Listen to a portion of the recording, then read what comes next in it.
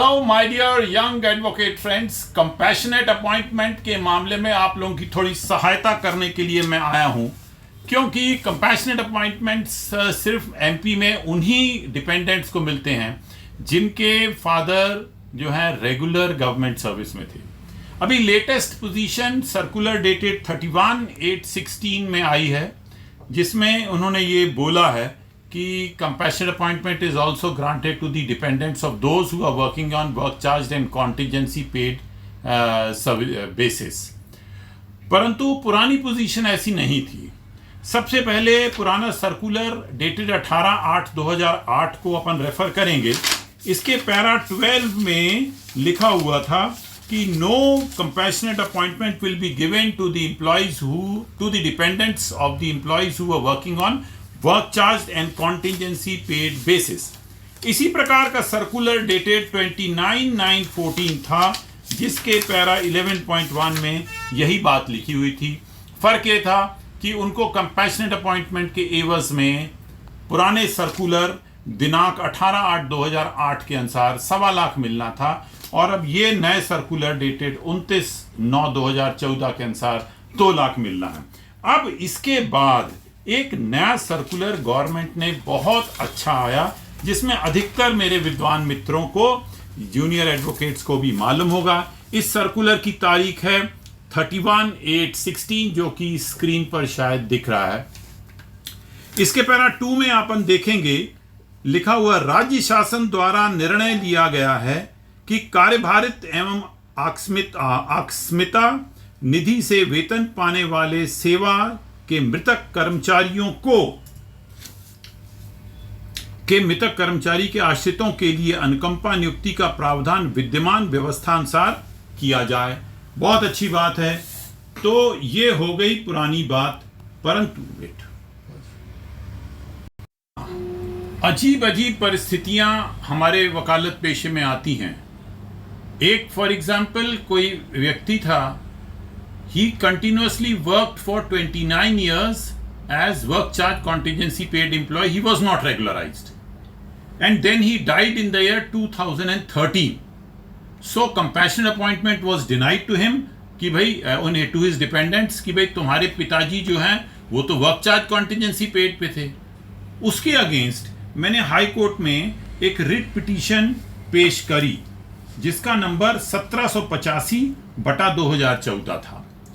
ये writ petition में न्यायमूर्ति विवेक रूसिया ने बहुत ही ओरिजिनल और मैं तो बहुत ही अच्छी जजमेंट उन्होंने दी, और उन्होंने ये बोला कि भाई जो कर्मचारी इतने दिन से कार्यभारित में, दैनिक वेतन भोगी में टेम्पररी बेसिस पे काम कर रहा है, ही शुड हैव बीन रेगुलराइज्ड। चलो, he has not been regularised. तो अब जो सर्कुलर डेटेड 31/8/16 है, इसके अनुसार तो टेम्पररी कर्मचारियों के भी डिपेंडेंट्स को आपको कंपैशनेट अपॉइंटमेंट देना है, परंतु उसका दुर्भाग्य ये कि वो 2013 में ही मर गया और ये सर्कुलर आया 31/8/16 में। तो ऑनरेबल जस्टिस विवेक रूसिया जी ने एक रिट्रोस्पेक्टिविटी का बहुत अच्छा प्रिंसिपल प्रोपाउंड करते हुए उसके डिपेंडेंट्स को ये लाभ देके रिट पिटीशन 1785/2014 में 16/4/18 में एक निर्णय पारित करके उसे कंपैशन अपॉइंटमेंट के लिए कंसिडर करने का आदेश दे दिया। ये जजमेंट का पेज नंबर 3 में पढ़ना चाहूंगा, बड़ा इंटरेस्टिंग है। It shows really very high calibre of the जज and his approach. The father of the petitioner was appointed on 25/6/1984 as a sweeper with minimum pay scale of 330 rupees per month. Thereafter, he was appointed as ward boy under the same terms and conditions. Similarly placed persons have been regularized, but the respondents did not consider the representation filed by the father of the petitioner before his death. फिर state government की policy dated 16/5/2007 का refer दिया, और उमा देवी का reference करके जज साहब बोलते हैं, benefit of the said circular should have been given, he should have been regularised. Had he been regularised, there would have been no hurdle in the grant of compassionate appointment to the petitioner under the policy dated 29/9/14. The father of the petitioner died on 18/3/11. Petitioner submitted a representation on 26/3/11 and the CMHO rejected the representation कि तुम तो भाई वो हो. अब क्या हुआ? During the pendency of the petition, the state government has amended the policy dated 29/9/14 with circular dated 31/8/16 under which the rider of contingency paid employees in respect of denial of employment to dependents of deceased employee has been removed and they have also been held entitled for compassionate appointment. फिर उसके बाद उन्होंने Viva highways की एक judgement coat करते हुए इसको retrospective application दिया और कंपैशनेट अपॉइंटमेंट के लिए कंसिडर करने पर विचार किया.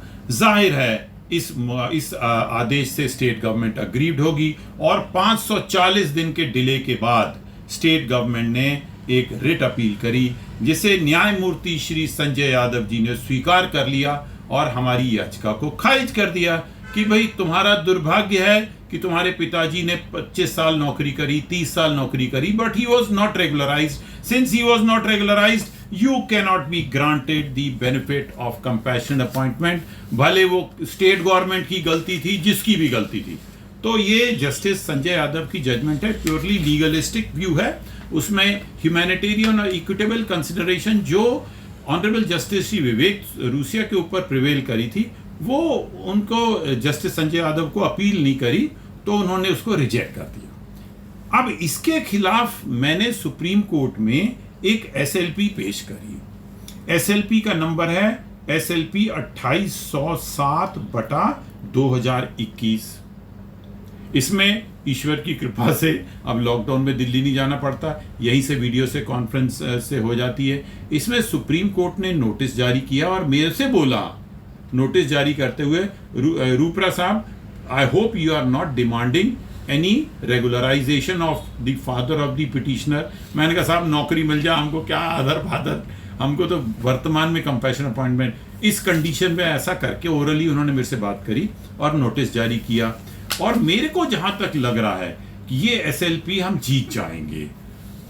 तात्पर्य ये हुआ अगर विवेक रूसिया साहब की जजमेंट सुप्रीम कोर्ट ने कंफर्म कर दी तो ये जो पॉलिसी है 31/8/16 की, ये उन सभी कर्मचारियों को भी लाभान्वित करेगी जिनके पिताश्री का स्वर्गवास as a temporary paid employee prior to 31/8/16 हुआ है. तो मेरे दोस्तों, आप लोग इन सब चीज़ों का ख्याल रखना कि अगर आप लोगों को ऐसा कोई प्रकरण आए तो स्ट्रेट अवे रिफ्यूज करने की जरूरत नहीं कि नहीं भाई तुम्हारे फादर की डेथ जो है 31/8/16 से पहले हुई थी तो I can't give you any guarantee कि तुमको कंपैशनेट अपॉइंटमेंट मिल जाएगी. नहीं, उनको बोलो कि हम हाई कोर्ट में केस पेश करेंगे, सुप्रीम कोर्ट में एक मामला पेंडिंग है, जहां तक वो स्वीकार हो जाना चाहिए हो जाएगा तो हम भी इस केस में जीत जाएंगे. तो आज के लिए बस इतना ही. अच्छे से वकालत करो, तंदुरुस्त रहो.